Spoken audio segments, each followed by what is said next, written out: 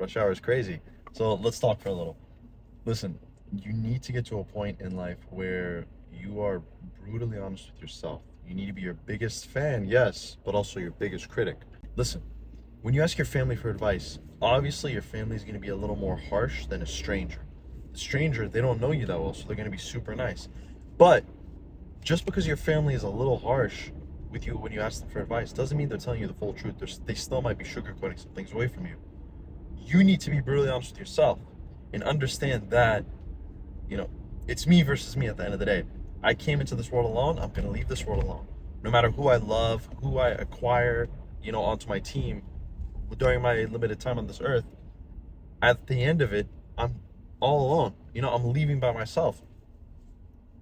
And no one owes you anything, and you owe no one nothing, right? You owe yourself everything. That's what you need to realize. So you owe it to yourself to be brutally honest and to understand that, hey, I'm not where I'm supposed to be, right? I'm still messing up, right? 2024, I can either get bitter or I can get better, right? If I'm not getting better, I'm getting worse. That's the mentality you need. And look, it's not easy. I won't lie. It is not easy. It's one of the hardest things to do because it takes a lot of vulnerability with yourself. And vulnerability in itself is comfortable. Now, doing it with yourself is even more uncomfortable.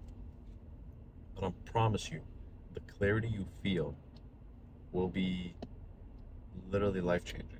Genuinely life-changing. You'll start seeing life through a different perspective when you're brutally honest with yourself and you understand that you're screwing up, man. You're screwing up. You're not doing what you're supposed to be doing. And that's why you're getting the results. That's why, you're doing ABC to get XYZ, but it's not aligning properly.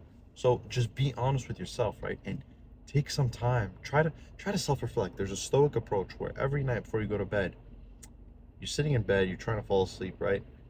Your last thought should be a form of reflection, right? So you reflect on the day and you think, what did I do today? How did I act? What did I get done? What did I not get done? What could I have done differently? Right? You just start thinking about that. Next thing you know, you're asleep. But at least your last thought is a form of reflection because the next morning you wake up with an intent to do better. Do you understand where I'm going with this? Everything affects everything, right? Just because you have a crappy day today, yeah, it doesn't mean you're going to have another crappy day tomorrow. But if you dwell on today so much, you will have another crappy day because today's energy will bleed into tomorrow's energy. Yeah, reflect. Do all that. Understand that, you're screwing up. You're not where you're supposed to be. But don't get so wrapped up inside of it. Think of this as the reversal, right? If you've ever read the 48 Laws of Power, at the end of every chapter, there's a reversal of the law. So, like, let's say the law, like law number 1, never outshine the master, right?